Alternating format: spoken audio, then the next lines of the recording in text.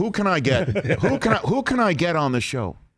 Who can bridge not only the Cheesehead Nation, but with Raider Nation? Who can I get that is not only somebody who can bridge those two, but talk about professional football? I'm mandated to talk in this voice when I hear this music. Great. You do a great facendo. Professional football. Going into the Pro Football Hall of Fame this weekend, I can say it, he can't. Because he will hear his name reach the levels of immortality this weekend. And he's also somebody who is a Heisman Trophy winner from the greatest institution of higher learning in all of planet Earth. I say Blue Know It to Charles Woodson. How are you, Charles? Blue Know It, Rich, man. How you doing? How's that for an introduction, Charles? How about man, that was a great voice, Thank man. you. That was fantastic. I wouldn't want to come out, man, to anything other than what you just did. So that means every time I'm on the show, you've got to replicate that. I have set the bar high, but I am willing to raise it even further, sir. I am so excited for you this weekend, Charles. I'm so excited. How are you feeling? What's your energy like right now, Charles? I mean, my energy is good, man. I think once you enter into the realm of being a Hall of Fame finalist, I mean, you get to a certain point, and then at that point, it's just out of your hands. I did all that I could do as a player. You know what I'm saying? To get to this moment, that's my job, and then it's the job of the voters, man, to vote me in. So I mean, I feel good.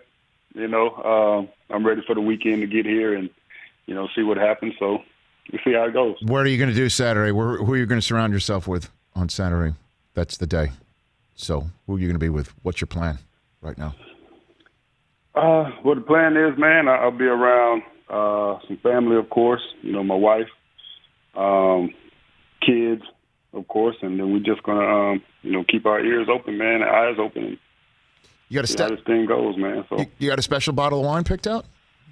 You got something like that? I got a couple of them. What do you got? I got a couple of them. Walk me through it. I got some Intercept Cab. Okay. Yep. I'll probably start off. We'll probably start off with the white wine because I have a Chardonnay as well. Okay. You always start off with the white. Sure. And then you ease into a lighter body wine, so we'll go with the Intercept Pinot. Mm-hmm. And then we'll move into a blend. We got the red blend, so we'll go Intercept Red Blend. And then the booming. Where do you go boom? Where's the kaboom? The big boy. Where's the kaboom? Yep. Then we step to the big boy. We go to the Cabernet. Uh-huh. And then you know what? Now I have the Woodson Bourbon Whiskey, so then it's kind of like my after hours drink, So I got the Woodson Bourbon Whiskey that I'll go to after the cab, man. So I got a full lineup. Okay. I'm ready. Now, for some reason, my colleague Chris Brockman, upon hearing that there is now Woodson Whiskey at woodsonwhiskey.com, you would like some of that stuff, is what you're saying. I just think it's fair that we get to sample and just, Well, McConaughey gave us some of his whiskey that we display here. Everyone we don't drink it. Yeah, everyone who just has display. their own whiskey, bring some by, and we put it on display. And then those hombres just so it's over here? available. Charles? Well, I didn't know that everybody on the set drinks, but now that I know that. Oh, please. We're total degenerates. You've been here. Hey, Rich, you're always on the list. So just keep your eye out. Okay. Just for the mailman. Eyes peeled, Charles. You will get yours. Okay. Eyes. My head's on a swivel when it comes to your fantastic juice. It's amazing, and it really is. I'm not just saying that because you're on here. It really is terrific, and that's part of the. Let's mention this here, the Super Bowl Culinary Kickoff that you do every single year. And that's one of my favorite events to go to in person. But what's the plan for that this year for the Super Bowl, Charles? Yeah, well, everything is a little bit different this year, but we still are going to do some stuff surrounding the Super Bowl that weekend. Some of it will be virtual, and so we're just trying to acclimate to how things are this year, and so we'll still do it. We'll still raise money for a great cause. But it'll be considerably, smaller, of course, than it was in previous years. So, but we're still forging ahead, man. Yep, culinarykickoff.com, Saturday, February 6th. It's going to be taking place virtually 8 to 9 Eastern time. Go to culinarykickoff.com to learn more, and hopefully there'll be something, well, not hopefully, there will be something to celebrate on Saturday night. Charles Woodson, if I had told you if I had told you, let's say back in the day, let's say when you were first drafted by the Raiders, that you would be, and just hear me out here, that you would be going into the Pro Football Hall of Fame, announced the night before Tom Brady plays in his 10th career Super Bowl at the age of 43, you would have said what? You would have said what to me, Charles? First, I probably would have said we're in 2021. Yep. Wow. Yeah, I couldn't imagine that either of us, would have still been playing in 2021. Mm-hmm. So I would have said, what that's a hell of a dream that you have there, Rich. Whatever was going to happen would have happened years ago and not in 2021. Right. But this is for me, I sit back and I've watched, Brady the last, couple of weeks, playing in the playoffs, and it's just amazing to me, man. And I know everybody's talked about it, but the fact that this man's been to 10 Super Bowls, half of his career, myself playing in the NFL for a long time, knowing how hard it is to get to the playoffs, let alone to make it to the Super Bowl, to get there 10 times, man, is unbelievable. So the Hall of Fame part of your question, I would say, yeah, I could see that. I could see me being introduced. But Tom Brady still playing and in his 10th Super Bowl? Absolutely not. It's truly unheard of, and I'm sure, again, you have all sorts of emotions. What was it like watching the NFC Championship game with one of your former teams that you hold so near and dear to you, with the Packers and Cheesehead Nation, needing to win that one so much? I mean, and I use the word need purposefully here because of how long it has been since you went out in that Super Bowl with an injury that eventually was the winner anyway, because you said as long as Obama was going to be rooting for the Bears, we need to show up in his house, which was one of the greatest lines in the history of locker room celebrations. What was it like for you to watch that game with Brady versus Rodgers and the Packers, Charles? Well, man, I was pulling for the Packers, man, heavily, man, because earlier in the season, once they got past the midway point, I thought that, man, the Packers looked like the team to beat to me in the run to the Super Bowl. And so I really felt like they had started to click at the right time. And I thought that this was going to be the year that, Aaron Rodgers would, lead his team to a second Super Bowl. And then, as the playoffs, roll around and the Tampa Bay Buccaneers started to play better, I thought to myself, once they drew them, to go up to the championship game, I said, man, this is probably the least of the matchups that the Packers want.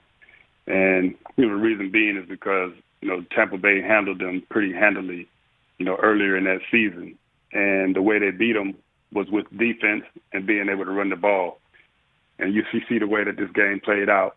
That's exactly kind of what happened. Tampa Bay came in, beat them with defense, jumped on them early. And then, the run by Fournette, running the ball, and that touchdown he ran was incredible. But I still thought that, during the course of that game that A-Rod would be able to, put the team on his back, so to speak. They came up with some big second half turnovers that Green Bay wasn't really able to capitalize on, which I think, killed them as far as the outcome of the game. But I really thought this was going to be the year, that they got back to the Super Bowl, man. So I was hurting, man, especially with the last series of the game for the Packers and, fourth down, deciding to go for the field goal and not having a chance for A-Rod to score that touchdown. And it was just hard, man. It was hard to watch, for the Packers and for Aaron Rodgers and all the guys on that team, Coach LaFleur. But then again, I do have an old teammate on the team, the other side of the ball, Brady, and it's like I'm happy for him because, man, this dude is legendary, and he's doing something nobody's ever done before, taking a team to the Super Bowl in their own, hometown. Like, who better to do it, than Tom Brady? So, definitely torn, about the outcome. More so for the Packers because I thought this was going to be their year, but definitely happy for Tom and his team, man, for being able to get there. Well, Charles Woodson, it was obvious that Aaron Rodgers thought the same thing as you did, that this was the year.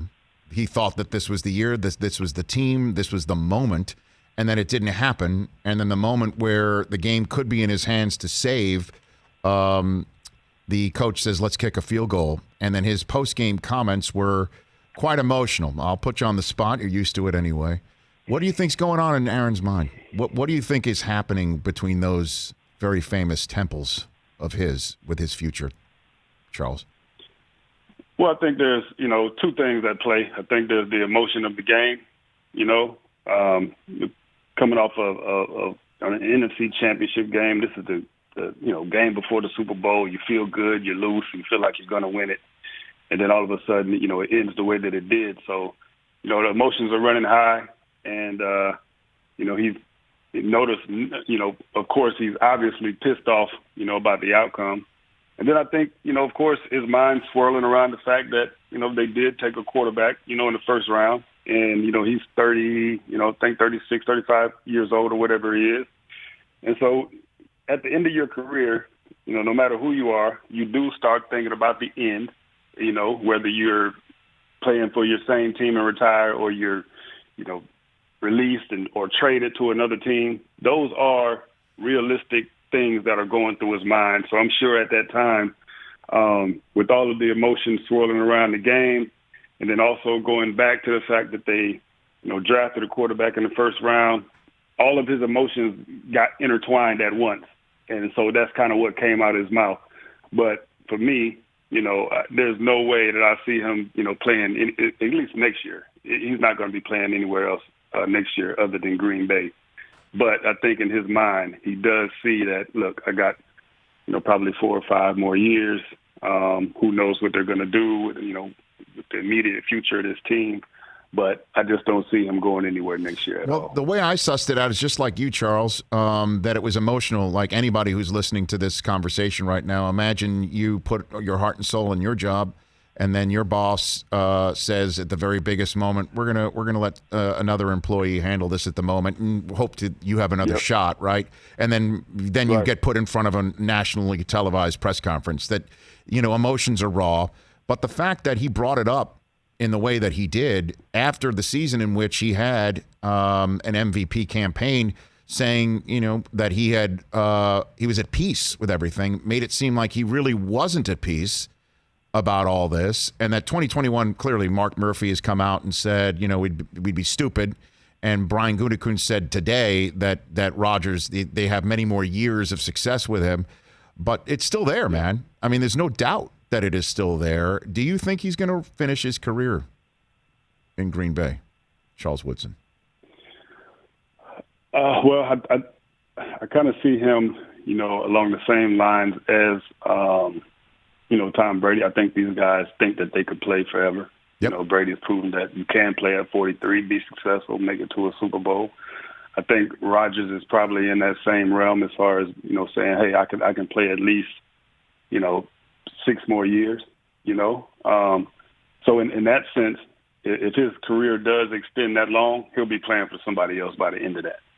But in the immediate, next, couple, 2, 3 years, they're going to give him some more money somehow, to keep him happy. And they're going to try to, do some things as far as, the franchise, maybe involve him a little more as far as, who they're bringing in, who they're looking at, and kind of give him, some say-so as far as, who's on that team and who they're looking at free agent-wise, to make him happy because, look, he's the best man for the job in Green Bay. There's no question about that. If he was to be gone, let's say if he was to be gone next year, Green Bay, Wisconsin, and, Packer fans around the whole world would you want to talk about, a fan base that would not be going for it, not be happy about something. You let that happen, so I think he'll be there for the foreseeable future. But if his career extends as long as I'm sure he wants to, then he'll be playing for somebody else. Before I let you go, Charles Woodson, how do you see Super Bowl 55 playing out? Who wins? What do you got for me? Man, such a great matchup, man. Just you got the young brilliance, of Mahomes and that offense with Kelsey and Hill, man. They're virtually unstoppable. But I see a Tampa Bay offense that can be equally as unstoppable if they're clicking. I think it's going to come down to if Tampa Bay is to win this game, then they have to do a great job of eliminating big plays. They have to be able to get off of the field on third down. That's going to be huge this week, not allowing Kansas City to extend drives. And they got to make them go the long haul. You know, it can't be quick scores because we know how quickly they can score.